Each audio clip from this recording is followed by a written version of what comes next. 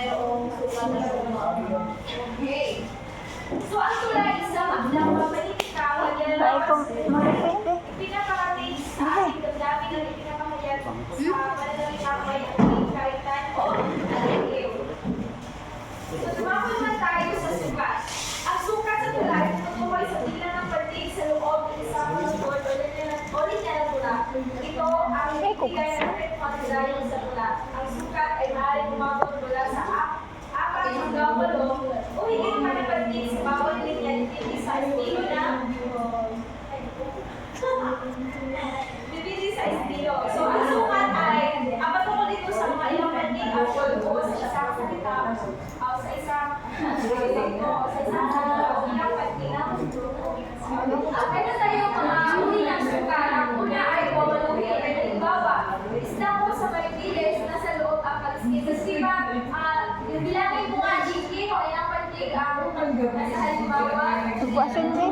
Isda ko sa Maripiles. Hindi ko na. Nasa loob ang kalaskas. Okay, di ba 8 pantig sa bawat talundod? Sa pangalawa naman ay 12. Halimbawa, ang nating sa layaw ay iway-tuwan, sa bait at muni sa hatol ay salat. So, kung pipilangin nyo, 12 ang pantig na sa bawat talundod. Pangatlo naman ay lalabing aninin. Halimbawa, sari-saring bungang kahoy, hinog na at matamis. At naroon sa lubang may bakod pa sa paligid. So, 16 or 16 ka pantig sa bawat talundod. Pang-apat naman ay lalabing waluhin. Halimbawa, tumutubong mga palay, gulay at maraming mga bagay. Naroon din sa lubang may bakod ng kahoy, malabay.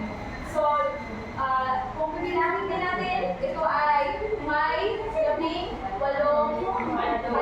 or 18.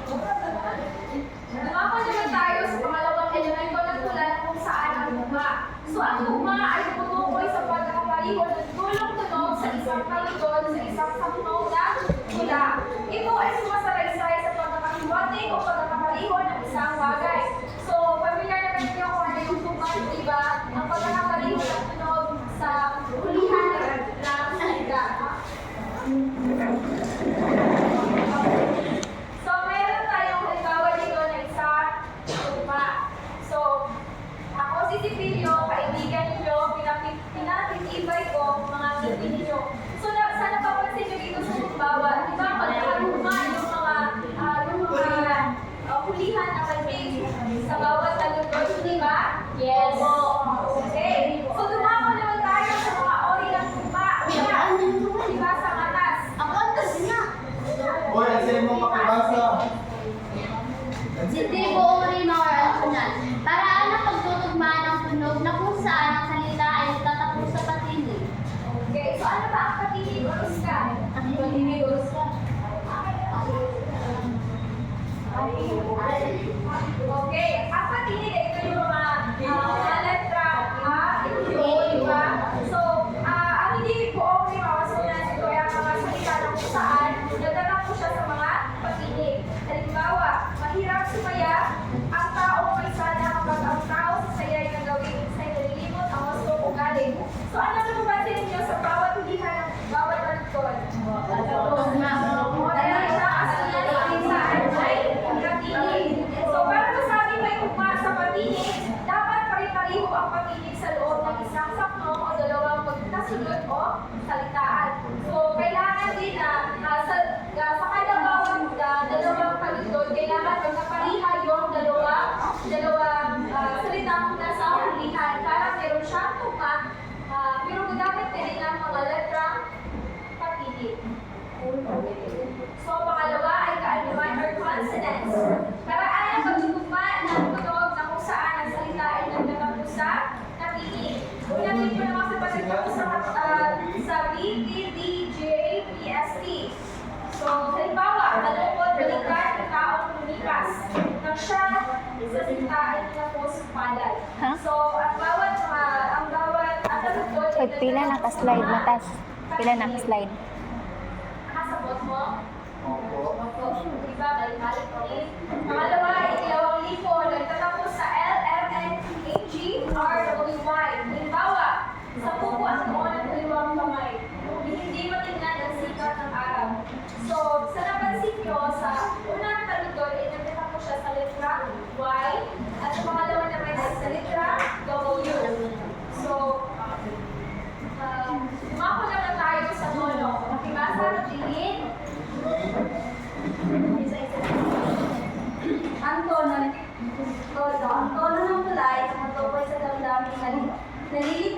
tula. Ito ay depende sa kung paano pinili at ginamit ang mga salita, kung paano pinagsama-sama ang mga imahin, at kung ano ang pananaw sa lupin ng manunulat sa paksa. Ito ay maaaring masaya, malungkot, seryoso, mapagbiro, mapangutya, at iba pa. Tumutukoy sa paraan ng pagbibigkas ng bawat talunod na tula. Ito ay karaniwan. So ako ay tumutukoy sa kung paano mo binibigkas ang iyong tula o ano ang dapat mo ipiniwati sa tula. Ito ba ay matungkol sa malungkot na karanasan or masaya karanasan or ano ba, basta matungkol siya sa tula. Kung paano mo binibigkas ang iyong tula at kung ano ang tula nito. So, sa pagbigkas natin ng tula na merong tulo ay nalalaman natin kung ano ang guys pinahiwatig ng tula, hindi ba? Kung nagagaling ka sa ibig sabihin, ikaw ay So, halimbawa na iba't ibang tono sa tula. Una, masaya. Diba sa Marisa?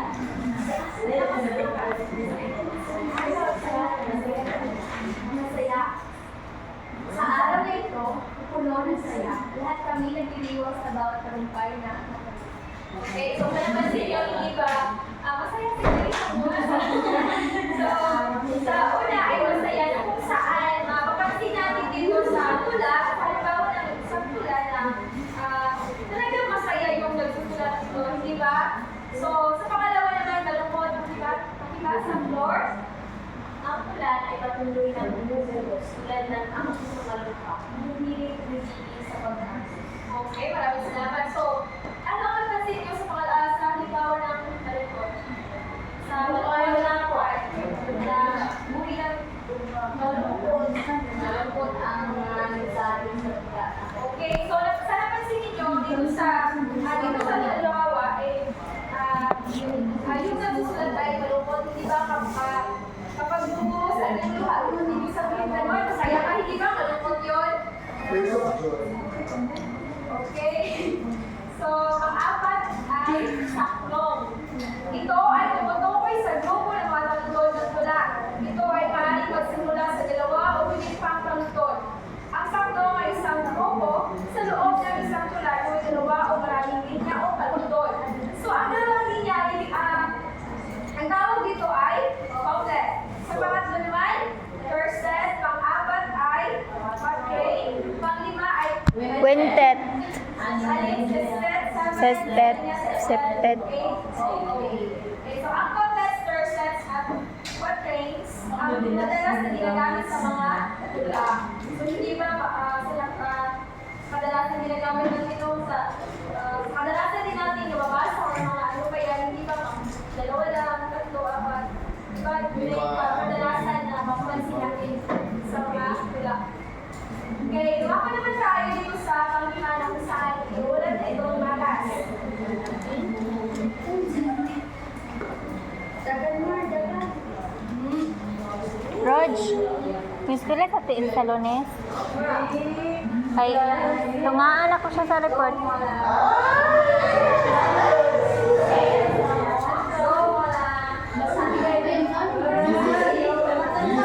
Mrs. Mola?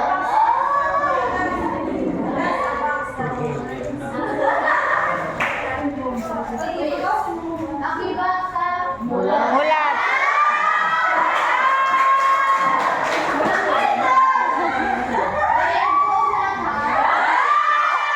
Alam, pareho silang sa Dina. Mulat, kasama mulat.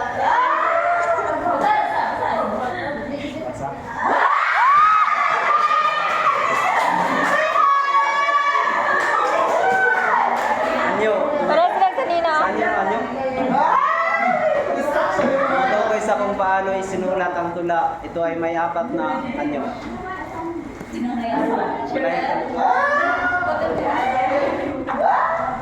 Diyoson, layang tututuran, walang sinusunod na sukat, tugma o anyo. Ito ay karaniwang ayon sa nais ng manunulat. Ang mga tulang isinulat ni Alejandro Abadilla ang halimbawa ng mga tulang nasa anyong malayang kanuturan. Saan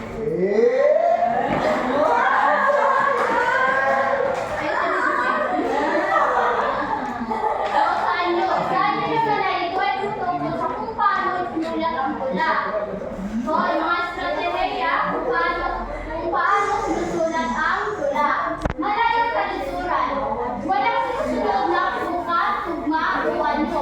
Kaya ang malayang sutura ay suka, kaluturan. Ito ay kung malaya ka magsulat ng tula na walang pumipigil sa iyo. Naiintindihan ba? So, halimbawa, ang mga tulang sinulat ni Alejandro Abadela, ang halimbawa ng tulang nasaan nung malayang kaluturan. So, halimbawa natin, ang tulay ni Alejandro Abadilla ay nakakabasa ng sanitibay ang katulitang tulang ako ang narinig. Hindi ba sinakay natin doon sa nakaraan ni Sir Paul, di ba? Malayang kasuturan ng di ba? Yun yung halimbawa ng malayang kasuturan na isusulat ni Alejandro Abadilla yung kakuha na ako. Okay, yun pa. Traditional. May sukat, tugma, ng mga matalinghagong salita. Ang ilan sa mga halimbawa ng tulang nasaan ng traditional ay ang mga tulang sinulat ni Dr. Jose Rizal. Isa yung sa isang alaala ng aking bayan. May sukat o walang tugma. Mga tulang may tiyak na bilang ang patig, ngunit huling pati may peso.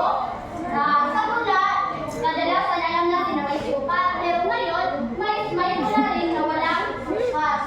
Ngunit bilang ang kanilang mga patig. So ngayon, walang sukat na may tugma. Mga tulang walang tiyak na bilang ang patig sa bawat taludod. Ngunit ang huling patig ay magkasintunog o magkatugma. Nagkaiintindihan ba? So, kalitan, pakibag sa floor. Oo, malinaw at hindi malilutang yung persona na natatayin sa isipan ng mga magbabasa. Ang kalitan ay elemento ng tula na tumutukoy sa pagtatanda ng mga salita o maaaring o pagbaw sa damdamin ng mga lumabasa. Kailangan magtaglay ang tula ng maligyan na salita upang masyakan ng mga magbabasa, ngayon din ang makubaw ang damdamin at paglulo. So, napakahalaga ng kaligtasan sa pagsulat natin ng tula na kung saan siya nagbibigay saya, nagbibigay sa atin ng damdamin, o nagbibigay ng nagbibigay kasayahan na kung saan ginagamitan niya ng mga kanabitang mga matalinhaga o mga malikhain na pagsulat. Persona. Ang persona ng tula ay tumutukoy Ano ba? ay nagsasalita sa tula. Kung minsan, ang persona ay ang makata ay isa. Maaari naman ang magkaiba ang kasarian ng persona at ang makata. Maaari rin na isang bata, matanda, pusa, aso, o iba pang nilalang. So, ang persona, ito yung kung sino man siya. Pakinig. So, ang persona, ito ay yung sumusulat ng tula o yung nagsusulat ng tula. Maaari din yung bata, aso, o ano pa. So, ang persona daw, ito ay patungkol sa nagsusulat ng tula o isang makata. Makata ay isa. Puro yung karakter. Yes, Karakter. so, talinghaga, pakibasa, Joyce. Talinghaga.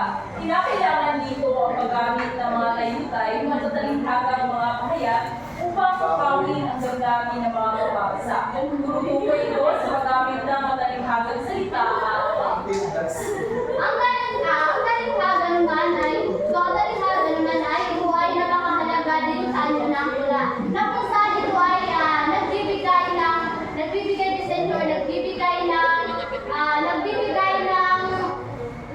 masaya or nagbibigay ng mga pumupukaw sa damdamin ng nagbabasa.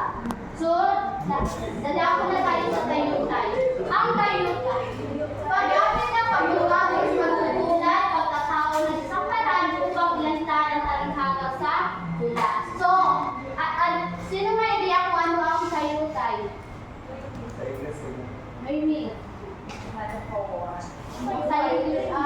Sa impresa din ako yung picture of yung bawat iba't ay hindi niya mga pinag sa bawat sa mga limawa na ay so ginagamit ito upang sa pagkakataon ng ating pagkukuha magtaglay ng kalitan at pagkakataon sa dami sa Maraming salamat.